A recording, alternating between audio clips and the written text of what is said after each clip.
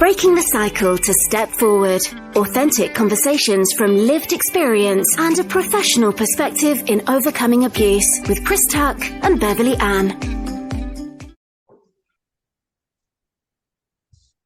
Hello and welcome to Breaking the Cycle to Step Forward podcast.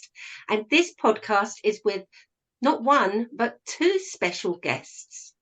My name's Beverley Ann and I am co-hosting today's episode with... Hi everyone, it's Chris Tuck here again, and I'm always a co-host, as I say every session. She seems to forget that. And today's lovely guest, first of all, is Emily. Hi. And also her lovely mum, Kathy. Hi. And for any of you watching today on video, you may actually recognise their voice. And we're going to share a little bit of background about how we've actually met and how they've come to be guests today. And if you're listening, you won't be left out because we will add a link to the programme that you can see them in.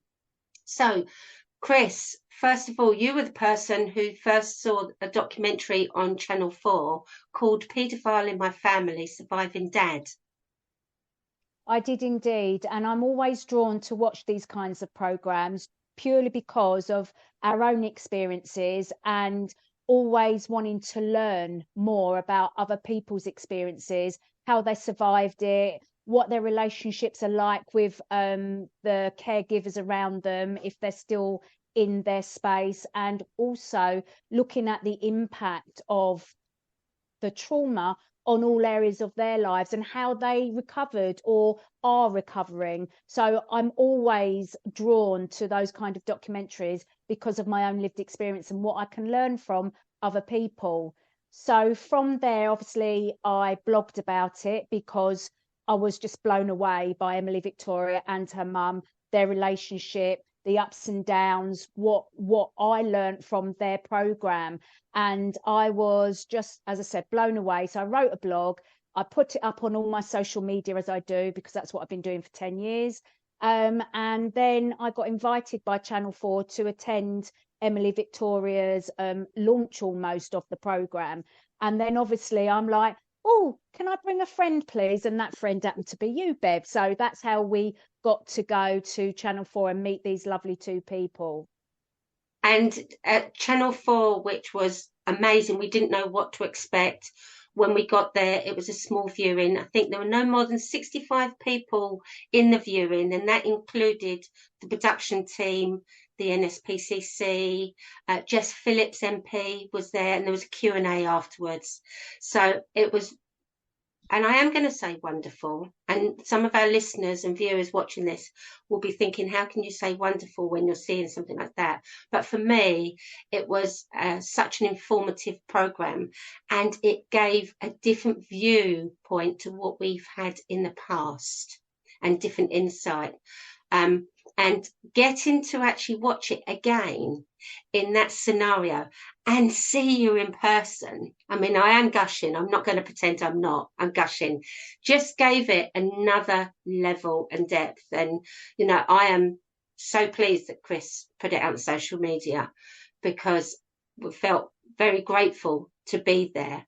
And then following there, obviously got to give you a hug, which was, I like doing that. After years of not wanting any contact, actually got to meet you again down here in, I was going to say sunny Brighton, but it's not so sunny this summer, unfortunately, which was even special. So thank you, and thank you for agreeing to come on here. So as we said, we're going to do this as a normal conversation, as most people know. So we're going to start right at the beginning. And when I say beginning, the beginning of the journey of this together. And all of the journey is challenging, but this is one part that most people find particularly challenging. And some people don't actually get the opportunity to share either or be able to find the words.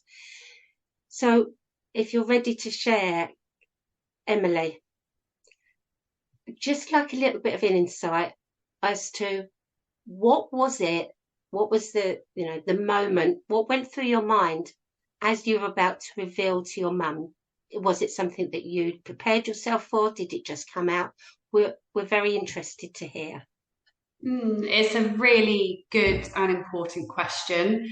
And it was a bit of a surreal moment. And at the time, it kind of all just happened in a haze, to be honest.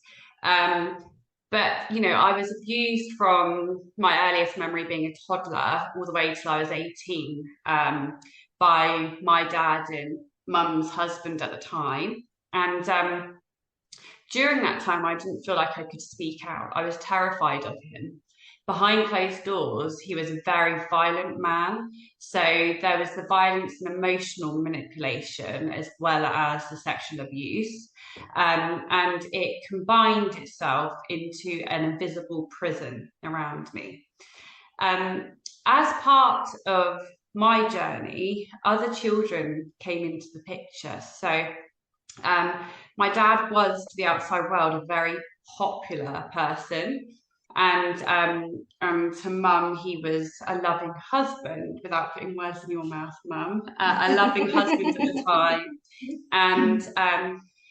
And then because of this persona he put out, he was actually granted the honour of being a foster carer, a main foster carer.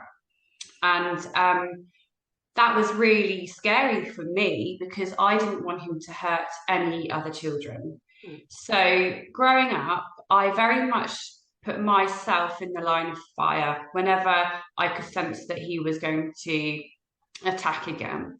And I wanted to protect the other children.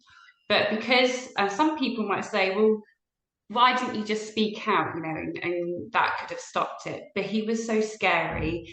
And I did fear for mum's life and the other children's life if I was to speak out. So what I did instead was keep quiet and just protect the other children by trying to get in the way. An example of that might be he'd ask me to go for a walk with the dogs, or he'd ask one of them to go for a walk with the dogs, and I'll say, I'll go, because I didn't want him to attack them in any private one-on-one contact. And then what happened when I turned 18 is I realised through a couple of situations that he might have been hurting some of the younger children. And one of those moments was a girl was treating him in a very sort of caring way, almost as if she felt responsible for his feelings and carrying the burden of him. And I think a lot of survivors and victims who are watching this will understand that you end up carrying a lot of their emotional weight as well. And when I saw that, a kind of red flag went up in my mind. And then I spoke to some of the other children, and one person said that dad had abused them. So at that moment, I thought, right, the only way to protect them is actually to get dad away from the situation. But it was still very, very scary. So I kind of was building myself up to it. I actually went on the NSPCC website, looked at other survivor stories, which is why this podcast and lots of other things are really important for survivors and survivors who are family members as well, because it gives you confidence and makes you not feel alone. And so I was building up the confidence. I also had evidence that I was storing away against him that could be given to the police. And then a day came when he took me to London to see some family friends, and he got very, very drunk and passed out on the sofa. And because he was passed out, I felt safe enough to speak out to the two friends that were there at the time. And one of them happened to be like an older sister to me. I've known her since I was a baby. And it was all a bit of a blur, to be honest. And then I woke up the next day feeling very scared, and I was really worried about how it would make mum feel, and whether I'd be safe and all of those things. So at this point, I think our memories slightly differ, because I can't quite remember how mum found out. I know that I remember the moment I said it to her out of my mouth, and she came to this house. She drove all the way to London, and she arrived, and we were up in a bedroom with the family, friends, and mum. Dad was nowhere near, and I said to her something along the lines of, "Dad's been abusing me," and mum leapt into action to protect me and the other children when she found out. And that was the moment that it kind of all started to unravel and change and get towards safety. But I do think it's worth mum just taking a step back and telling you about when she first heard and her process in that, because I'm grateful, I'm lucky. I know that sounds silly, but I'm lucky because my mum believed me, my mum supported me, my mum put all her own needs aside. Can you imagine finding all this stuff out, along with a load of other stuff that she found out at the time? And her world was crashing beside her, but you wouldn't have known it because she put mine and the other children's safety first. And for that, I'm then eternally grateful. Yeah, I'd love mums to give her perspective because it's so important. Absolutely. And before we move on to you, Kathy, I just want to say, Emily, thank you. And you said quite a few things that there's quite a few myths. Like, I just want to go back and when you said, you know, how you're protecting the others and how you would go for that walk, because it's a misconception sometimes. Even my husband, you know, has sometimes had to his own preconceptions of what abuse is and when it happens, and it's often those innocent moments like going for a walk that can be the time it happens, and people don't realize also the, you know, why didn't you tell anyone? You're a child. You know, adults find it hard to talk about abuse, and yet there's this onus put onto children. Why haven't you spoken? And the responsibility. So I just want to say thank you for sharing that so eloquently. Chris, is there anything that you want to bring in at the moment? Can't wait to hear from Kathy, but yeah, I'm writing as you're speaking. Yeah, protecting others, that's what comes up time and time again. Yeah. Beverley and myself, I'm the eldest girl. I stepped in and took it for the others. The difference between our story and yours is that my mum was present, not in the sexual abuse, but when the mental abuse was going on, when the physical abuse was going on. And she even walked in on my sister when my sister was being abused and didn't protect. So the fact that your mum, Kathy, is sitting there, and the fact that you've just said to mum, thank you.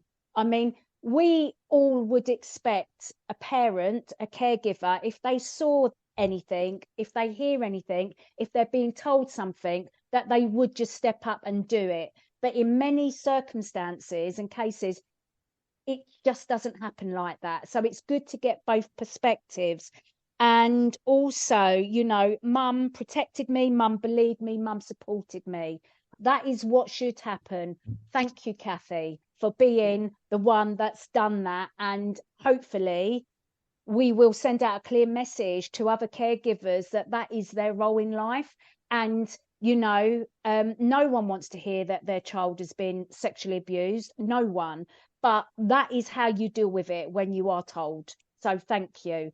I think we need to listen to Kathy. Absolutely. Oh, absolutely. So thank you so much again, Emily, because we do appreciate the generosity in sharing your experiences and your story. And it is your story, and it's so important to share, but also, you know, it's about looking after yourself too. So we just want to say thank you. So Kathy, now, we are all smiling because, you know, it's a message that we want other people, when they're seeing it, to be able to hear it. And I don't want that to in any way minimize the impact of this. And it's something we've spoken about in the past in our podcast. You know, how can you speak about these things while you're smiling? But it's part and parcel of it as well. So I assume you will have received a phone call from the family friend. Firstly, thank you for that sort of brief discussion with Emily because it gave me time to compose myself because I was getting really emotional. So I can speak again now. And thank you for your honesty. And So just know, yeah. just know you have all the time in the world. Yeah. So I had a phone call, and it was not from you. It was from Elizabeth. Was it from Elizabeth? Yeah. So she rang me and said that I needed to come up because Emily had told her that my ex had been abusing her. And something's just happened to me. And I can't explain this. A psychologist would do this much better, I think. But I literally went into functional mode. I didn't take on board really what had been said, as in trying to process that or knowing that I should try to process it. My immediate reaction was, Emily's not safe. Yeah. I need to get my child safe. And at that point, I had Emily's siblings as well.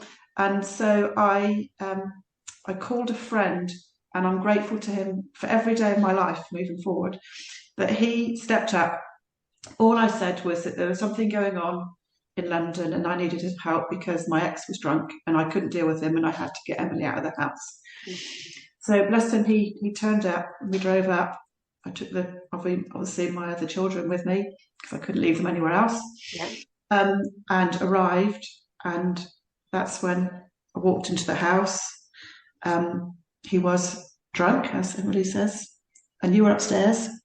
And I went upstairs, was right upstairs, and that's when you told me. And again, I still couldn't process the words of what was being said. I wanted to escape actually with you at that point. And so I came downstairs and he'd then woken up and he was absolutely vile to me. The language was outstanding. I'm not even going to use the language, but I got Emily out of the house and her siblings. And I just said to my friend, please sort him out. I don't want him near the house. You take him home. I don't want anywhere near me. He's so out of order. I think it's worth mentioning that Mum didn't tell him or confront him in the way that he wasn't told that everybody knew at this point, because from a strategic point of view, the group decided that in order to get us safe, it was better to do that quickly and then have a strategy to trying to get him brought to justice. Yeah, so my thinking at that point wasn't even about that. That came a little bit later, but my point at the time is you don't have a conversation with somebody who's drunk, and I didn't want to have any conversation with them after what I'd heard. It's the last thing I wanted to do. Yeah. So I left. My friend stayed there and got him back to his place. And then after that, the police were involved. And when they say the rug's pulled out from under your feet, I know what that means. Because one day it's one day and the next day it's a completely different world you're in. And I was just functioning from one thing to another. I don't know how much detail to really go into here, but there was just so many things you have to navigate, like the police coming, the police searching your home and everything else, the Emily's siblings having to be interviewed under caution, having social services come in to make sure that you're okay to have children, to having people assess you if from your psychological perspective, to be saying you're perfectly fine when my world's crumbled around me. So many different things to navigate, and that's just the tip of the iceberg, as well as trying to understand that you're now a parent on your own with all the other feelings. And I can remember one day, I don't know which day, I can't remember the sequencing now, but I can remember sitting by the radiator in my lounge, and I knew that day that if somebody couldn't explain to me, get my brain to understand how this could have happened to me. This is me starting to try to process the news now. That I knew that I wouldn't be there at the end of the day, and that wasn't because I was suicidal, but my brain was shutting down. It was getting smaller and smaller, and I don't understand it myself. It's like getting smaller and smaller and smaller. And I just knew somebody had to explain it. So bless them, the police came over and they sat with me for hours, just talking me through how these things could happen. So my brain was able to start to function again. And I can remember it was like my emotions stepped over here. I thought, I can't deal with you. Too much else to deal with. You can stay there and sit there for as long as you need to sit there, because I've got much more important things to focus on. And that intervention by the police was life-saving for me, to help me there to start again. And I had loads of friends who stepped up and came in and, you know, just made me do the practical things like you know, mortgage and just things. But also going on around this, of course, was at the moment my ex was with somebody else who didn't know what was going on. I had said nothing. And the police obviously had to come and gather evidence, and there was a process to go through to get evidence before an arrest could be made. Mm-hmm. And I had to try to keep life as normal as possible during that time. Difficult. You know, receiving phone calls, receiving texts. Every time I got one, I had to kind of fake it, and then I'd go into a meltdown and I'd ring the police going, have I just mucked it all up? You know, because I didn't know how to navigate this at all. And I just had to try to keep it as normal as possible. I kept saying, you can't come back to the house. I said, your behaviour was disgusting. And, you know, it's like, I just had to do that. And then there was lots of stuff which go on, which I won't go into in too much detail here. But then the evidence was gathered to a certain level, which was enabled him to be arrested. And the arrest happened at my friend's place. And I feel so guilty for that, because I hadn't prepared this person for that.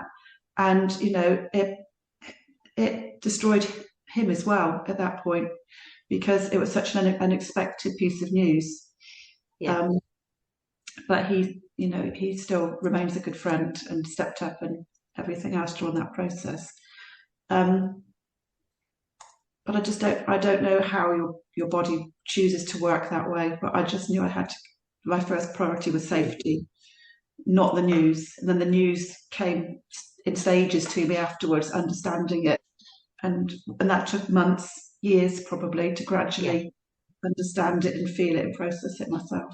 Can I just come in here, Bev, sorry, and just sort of like say that whole acting as normal whilst all of this is going on in the background, you know, keeping your child safe, the police wanting to gather evidence, you carrying on as normal, but you can't.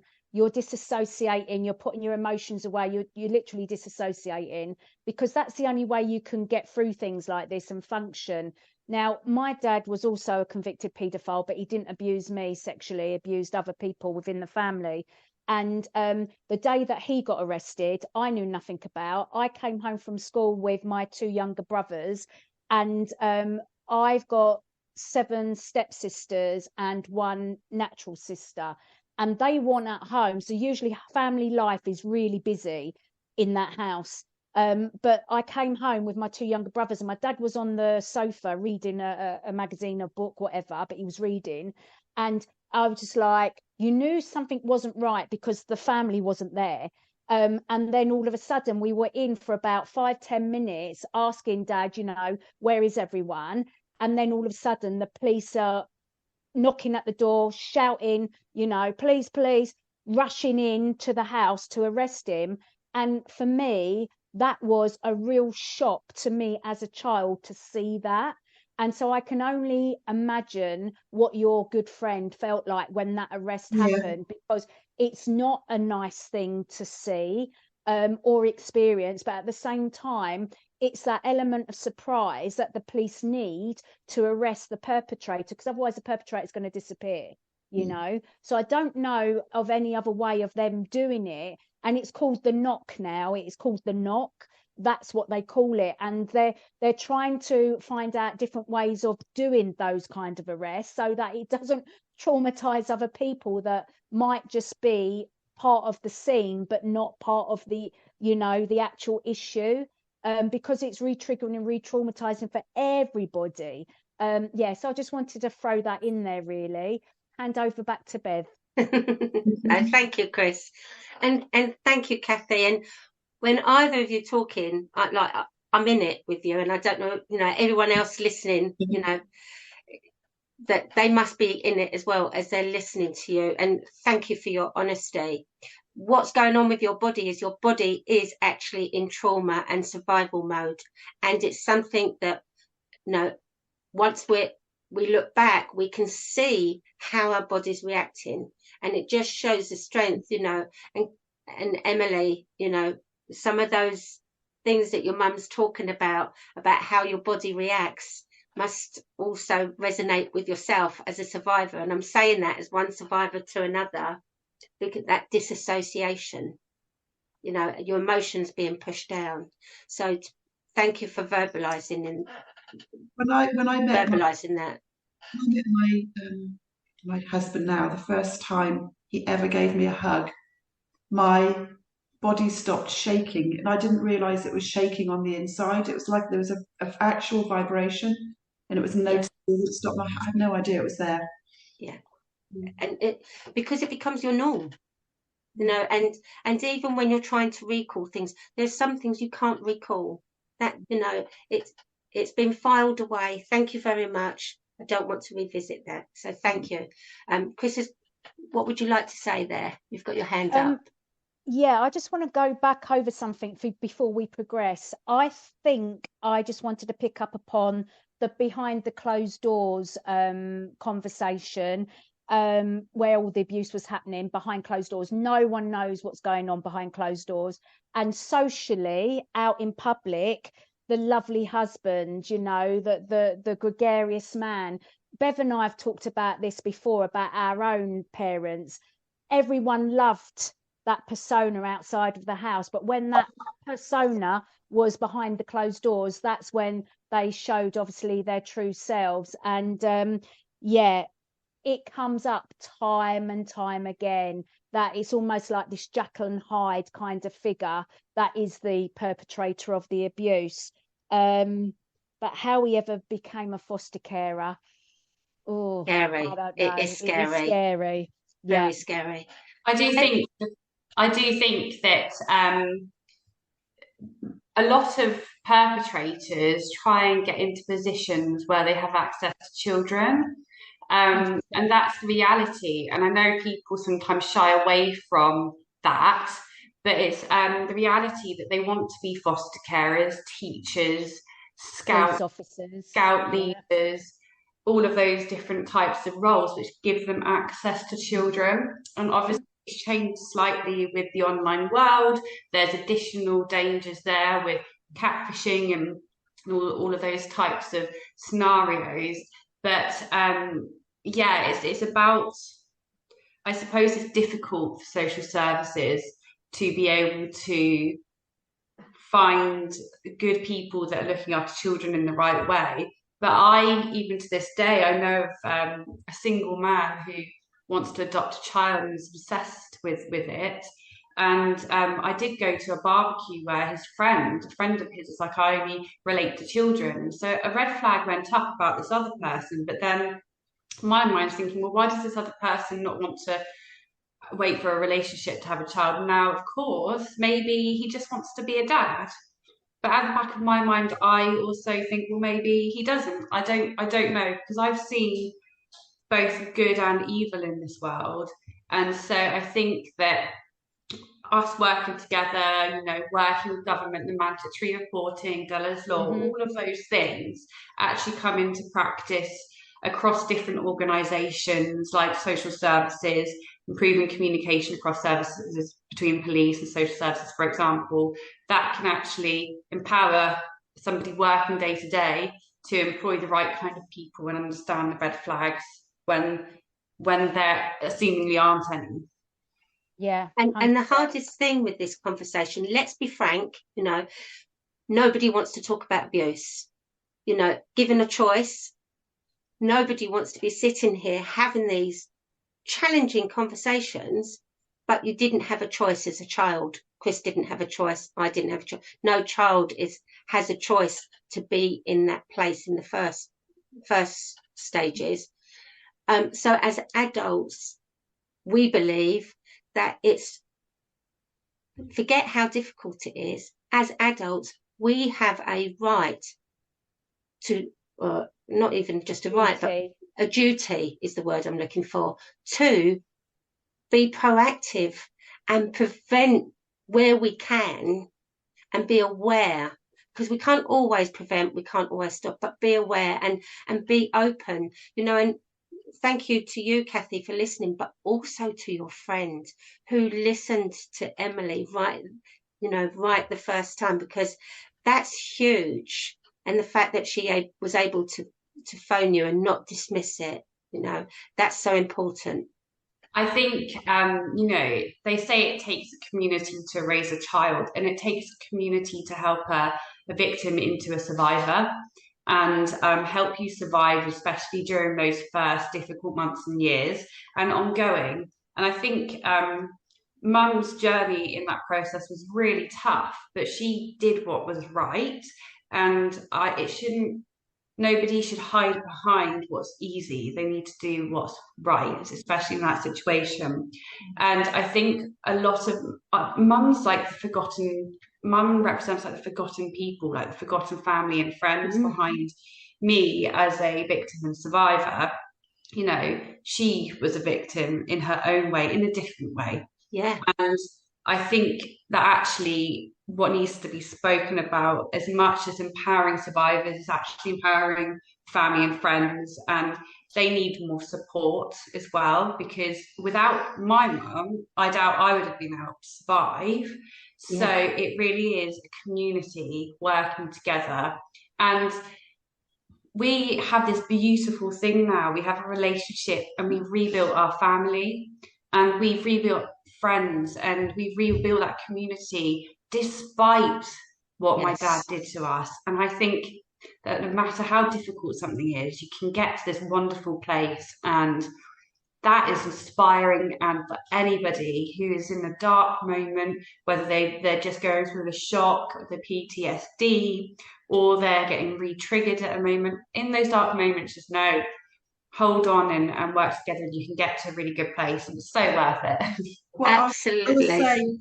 What I'll say is, along the journey, Emily had, she made me sit down and listen to lots of things. I still know very little of all of the abuse which my ex, put on Emily. She doesn't want me to know all of that necessarily, but there's things which she made me sit and listen, and again instinctively, and I don't know where this instinct comes from, but I knew that I had to just take that at that time. And even though I wanted to respond with my view of the situation, what she was describing, I knew that if I'd spoken at that time, that would have shut the door. The communication would have stopped, and it was really hard to hear a lot of things, really hard to take. But again, I just knew it was right to do. And I had some friends I could talk to and call in the middle of the night when I needed them, when I was, crying into my bed and everything else, and to kind of help me navigate me through this journey as well. Yeah, absolutely. And I know, Chris, you're itching to say something. I'm just going to sneak one in very quickly. Emily, what about you had the wonderful support from your mum, but as we know, survivors, your mum's just eloquently said there are some things you've not told her. And absolutely, there are some things personally I will never speak about, because that box is shut, thank you very much, even with a professional. But for you, at that time when that's that no man's land time, you've revealed, there's everything going on, there's the investigation. Who else did you have to support you? I expect a lot of people would have thought they were around me and supporting me, so I do apologise if anybody thinks that I don't mention them, because at the time I was just trying to survive. And in that moment, I think one of my childhood friends, and I only had 2 childhood friends because Dad wouldn't allow me to have friends, And one of those friends was Joanna, who you see in the documentary. Yeah.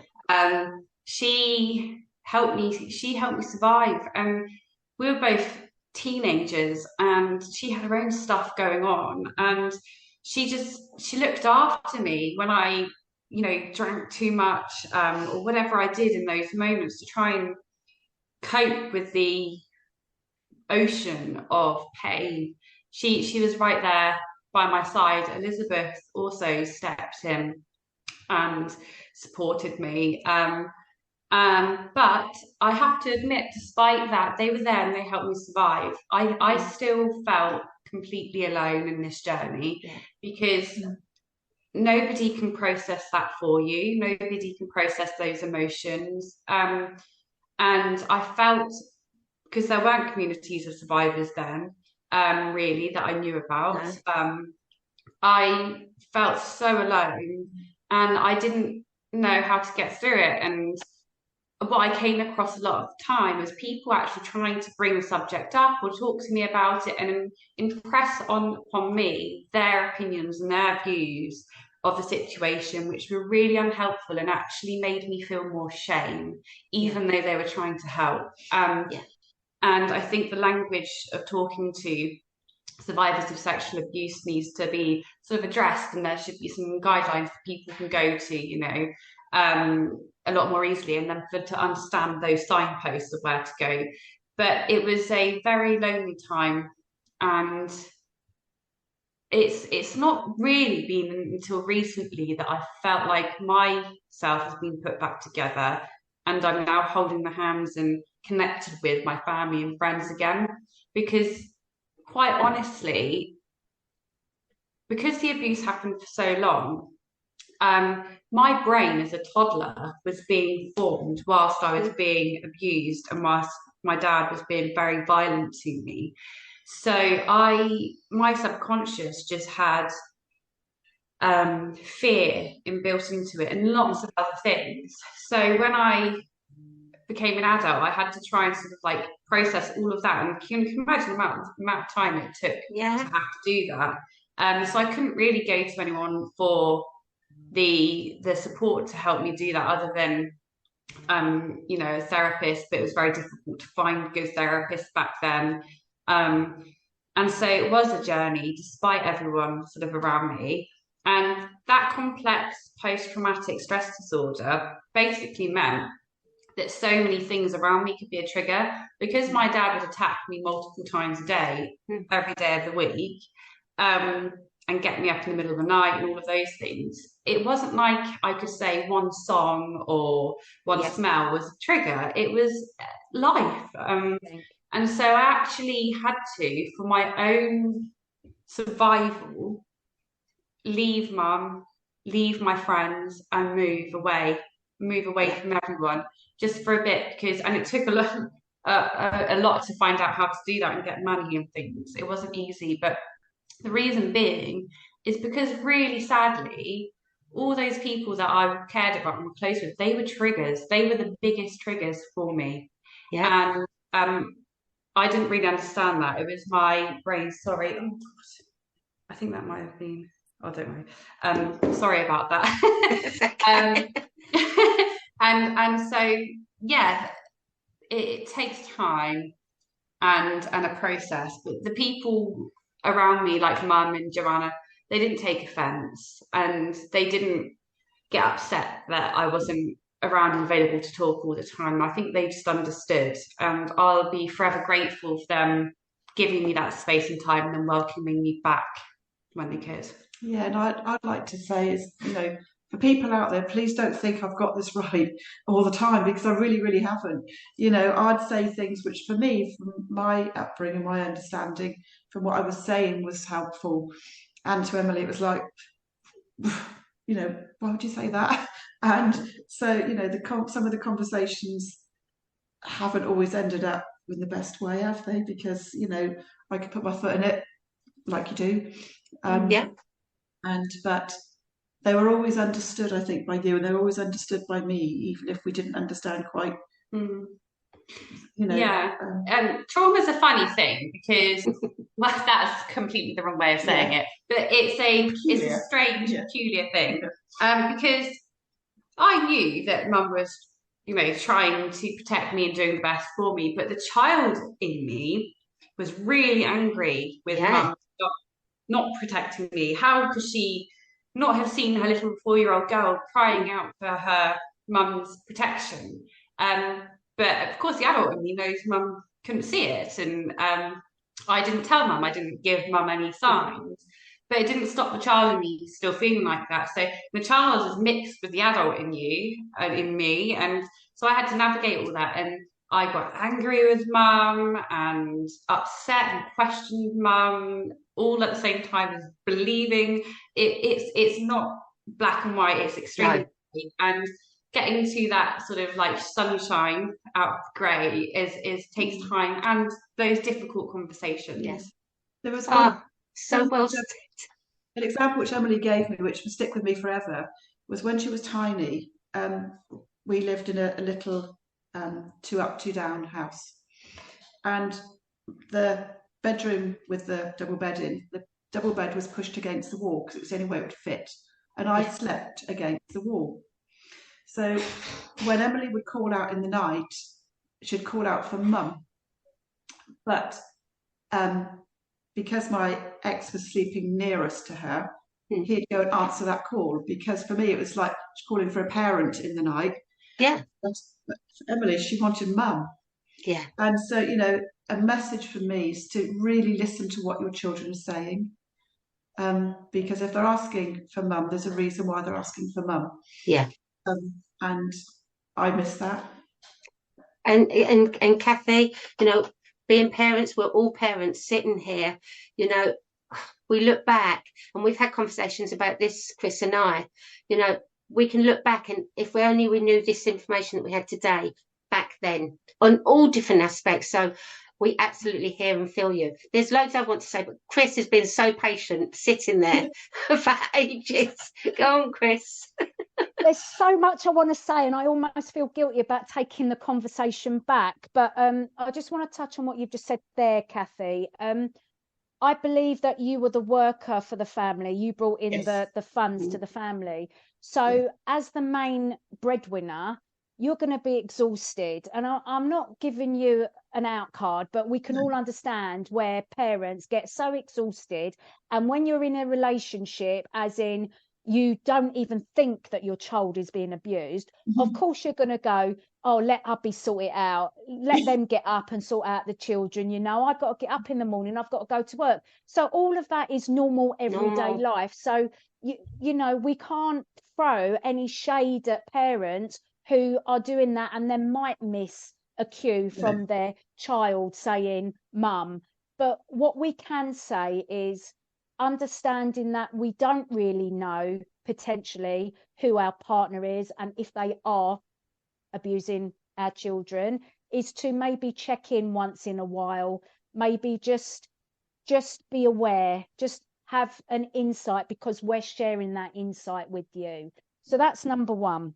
Going back to what Emily was saying about a community to raise a child, community to help and support a victim and survivor, there's another survivor friend of mine called Sally, and she come up with the phrase that the 3 in 4, i.e.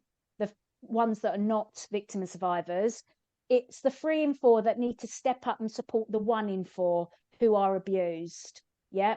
So we know that child sexual abuse is more prevalent than 1 in 4, but because no one knows the true stats, I thought that that was quite a good way for us to all sort of remember that we do need the 3 in 4 in society to step up to help and support the 1 in 4 that have gone through child sexual abuse potentially.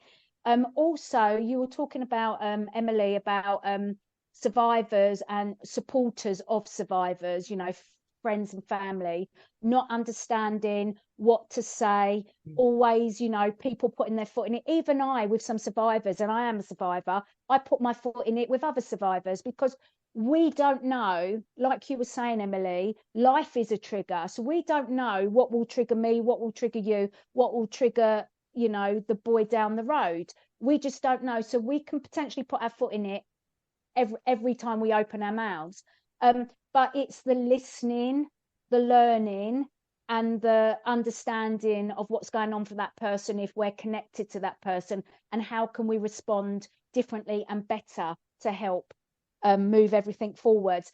But 1 in 4 is an actual survivors charity, and they've written a book specifically for professionals and supporters of survivors to help with the language, to help with those conversations. So that if you go onto the 1 in 4 website, you can buy that book.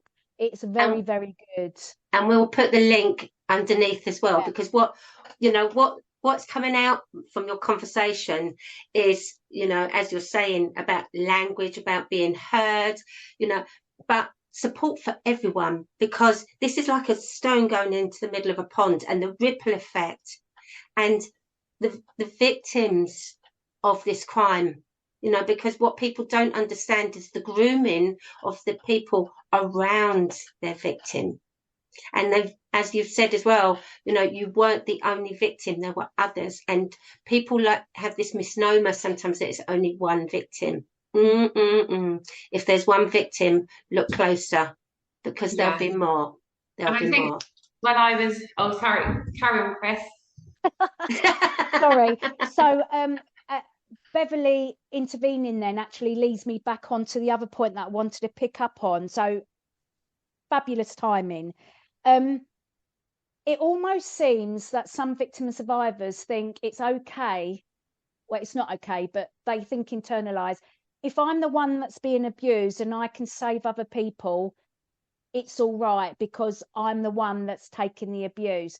It's not all right, but that's what we often internalize. If I'm being abused and I'm protecting other people, but as soon as you find out that someone else is being abused, it's almost like, how dare you? Now I'm going to speak up. I'm not saying that happens in every case, but there does seem to be a pattern where some victim survivors, we feel like, okay, if it's only me, I can deal with this. But as soon as you see someone else or know of someone else that's being abused, then it's just like, no, this isn't all right anymore. And that almost gives you the catalyst or that little bit of fight or courage or spark, whatever you want to call it, to actually go, no, something else needs to happen here. And I heard that from your story. That happened in my story. And I think it's happened, Beverley, to you. I don't know. And that's where the shame comes from, though. Let's be frank here. The shame comes from, like you say, I remember one of the things my dad used to say, who wants to come to the shop? And I wouldn't want to get in the car. And then a sibling would say, oh, I'll come with you.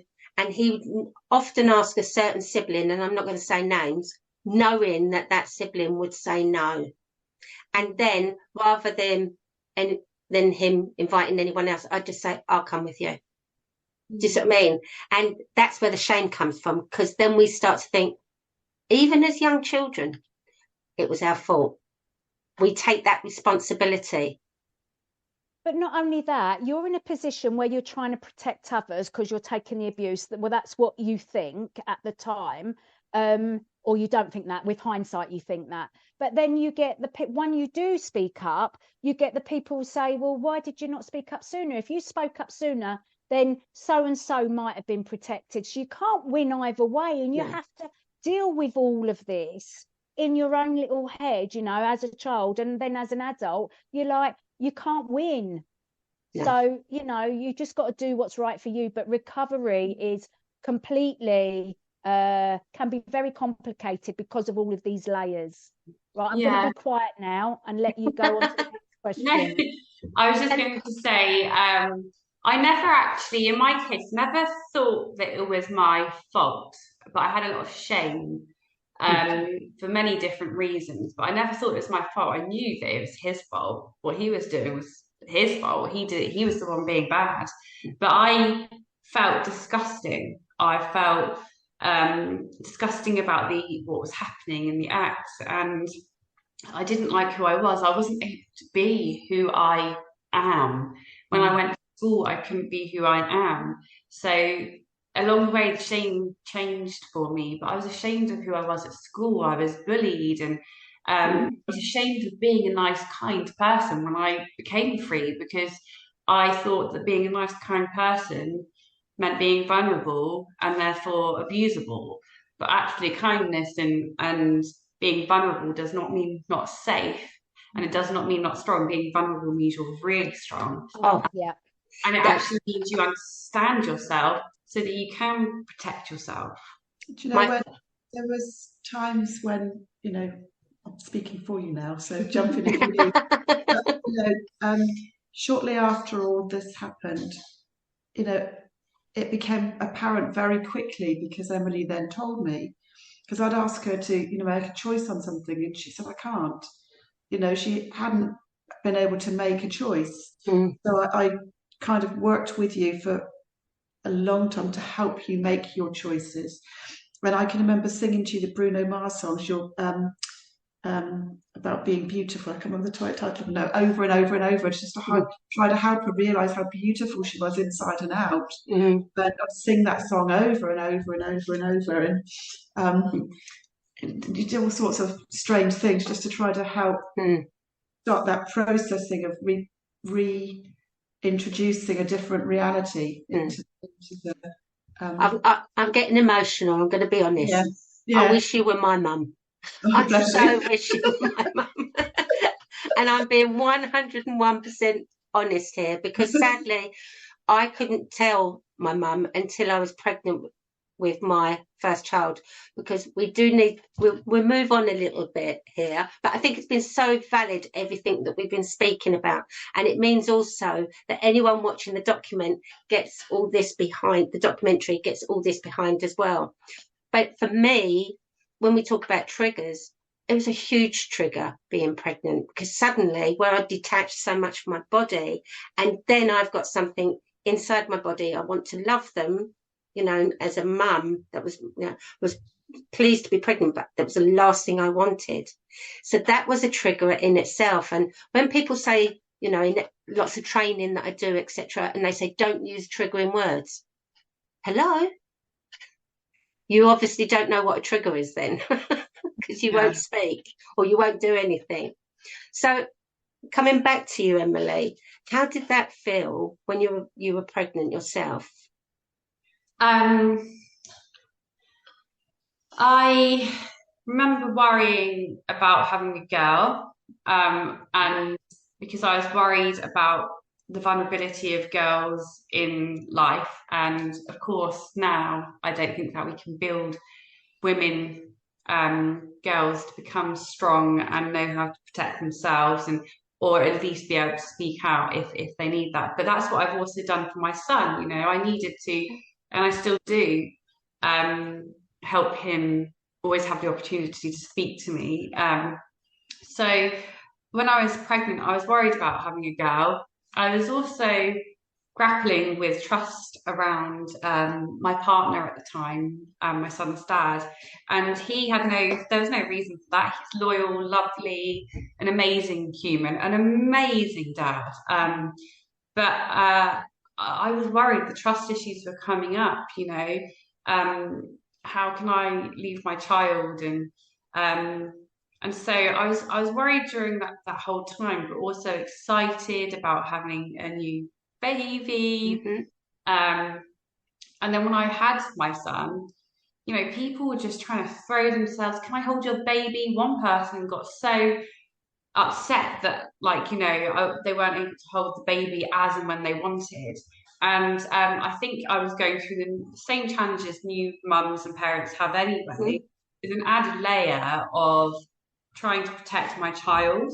But when they're a small baby and they're with you all the time, it's fairly easy to protect them. And when I say you, I am actually meaning me. So I'm trying not to. That's okay. To put my stuff onto you.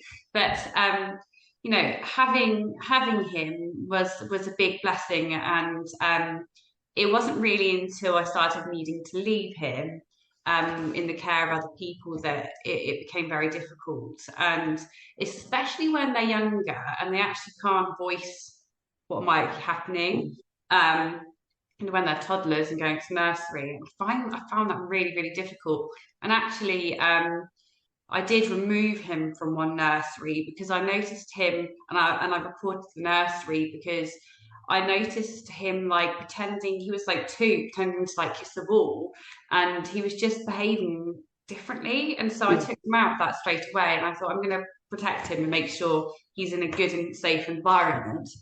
But like also navigating, like being a mum, one of the things that really used to, I'm going to be quite frank, piss me off a lot. Was I'd hear people saying stuff like, oh, you know, Emily's had a very difficult life, and I hope she doesn't put all her stuff onto her child. And I would never, like, I'm very aware of my own stuff, and no parent is perfect, no matter if they think they are or not, or pretend they are on social media. No parent's perfect. And all we try and do is the best for our child. But, you know, me worrying about keeping my child safe didn't make him worried. He didn't know I was worried about that. You know, I'm not putting my stuff onto him in that respect. And that used to really annoy me. So I think there's a lot of sort of like survivor bias that goes on towards parents. And actually, we're probably way more educated than you are. So maybe keep your opinions or try and listen to us about some education. And then, you know, just the other day, I was out for a dog walk with my son, who is now 7. And we were walking along, and I always just have a little chat with him about, you know, you always have the opportunity just to talk to me. I go through the PANTS thing from the NFPCC, always empower him to know that he can speak out. I explained to him about good and bad grown-ups, and I tell him in a very age-appropriate way that not all grown-ups are good, and we have the right to have good grown-ups around us, and you can talk to me. I'm just always listening to him as well. And like, for example, he said he went to a summer camp recently, and one of the teachers there was too friendly, and of course I'm like, oh god, you know, my head, but he didn't mean too friendly in a sexual way or anything like that. The chap just kind of put his hand onto your shoulder and in a kind of like way that you would, I suppose, as a teacher like that. He just said it was too friendly for him and his boundaries, but I was like, good for you. You know what your boundaries are, you know how to speak about them, and I'm just so pleased about that. So yeah, I think I'm bringing my experience and trying to turn it into a positive in the way I educate and bring up my own child. And I do feel a lot better now as a mum than perhaps at the beginning, when I was, you know, very worried and things like that.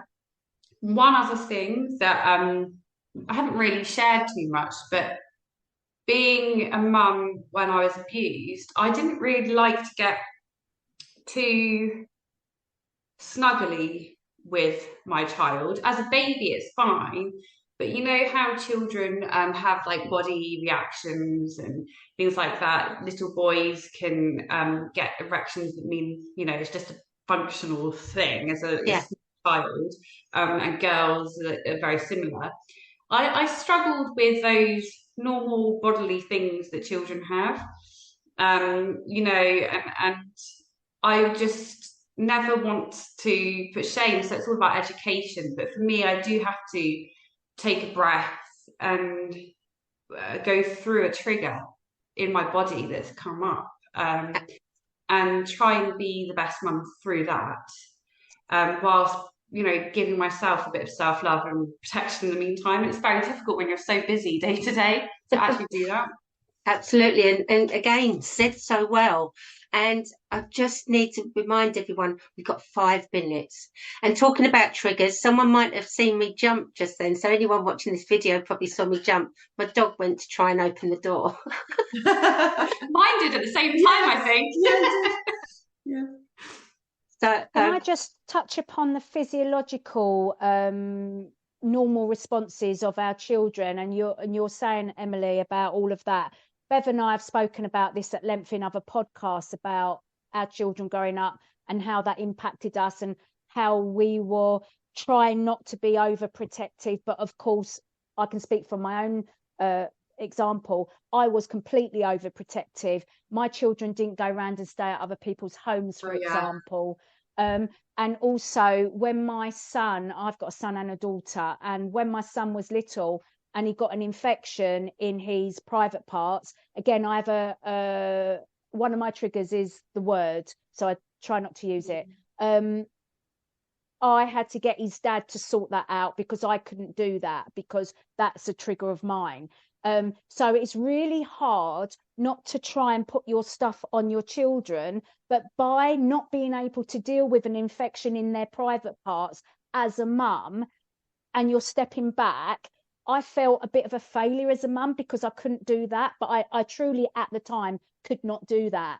So my husband obviously had to step in and just sort that out. And he thought it was silly that I couldn't sort it out. But we didn't understand that trauma impact. What I would say, Chris, is actually, rather than feeling like you're a failure, you were a hero then, because you did the right thing. And rather than bringing trauma to your child and re-traumatizing yourself, what you did was you put an intervention in, a safe one, to get that infection sorted. And you were able to manage your trauma aside of that. So don't feel bad about that. That was a good intervention. You have to manage. But when you're doing those things day to day, you don't understand what it is that you're doing. You try and manage it the best as you can. And like my daughter, she's the same size as me, taller than me. Now I find it really hard.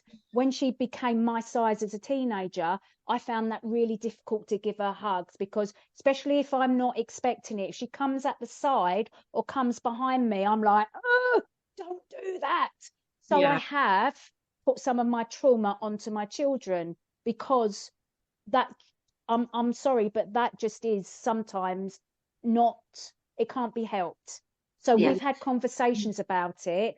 It's not her, it's the situation. And if you want a hug, come at me from the front and say, can I have a hug, mum? Because then that diffuses all of my subconscious, and then I can deal with it. So I just wanted to put that out there, that this is normal. Absolutely. Survivors. Yeah, absolutely. It's normal. You're going to come across something. And it's this education. I remember speaking with some midwives. So we always hear that breast is best for attachment for the baby and their health, etc.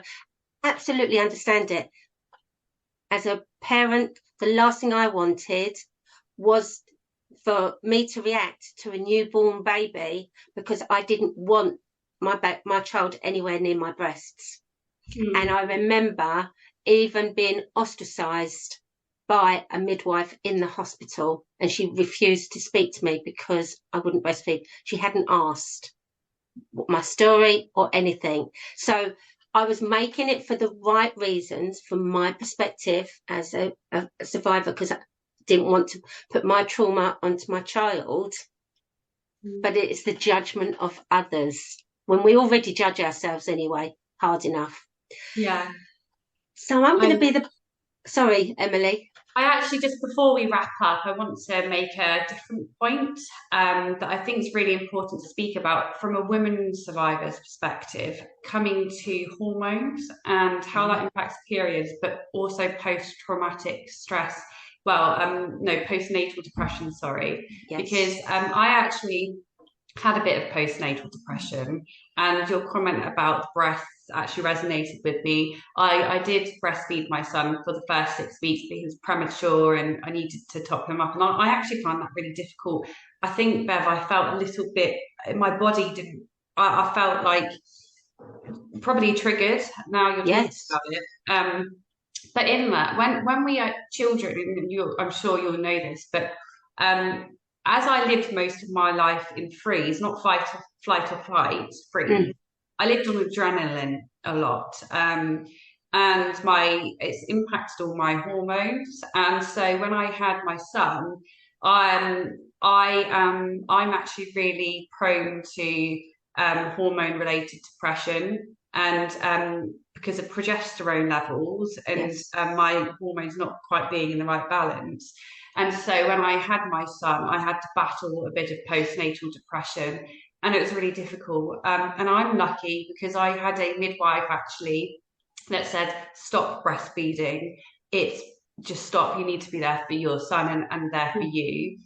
And it wasn't until 6 weeks, and it did help because my hormones settled a bit. But I think it's really important for anybody, in this community to realise not just the emotional and physical triggers, but the actual proper sort of physical outcomes, like on your hormones, impact being a parent, and to know you're not alone and to seek help. But you need the midwives and the professionals to actually listen to you.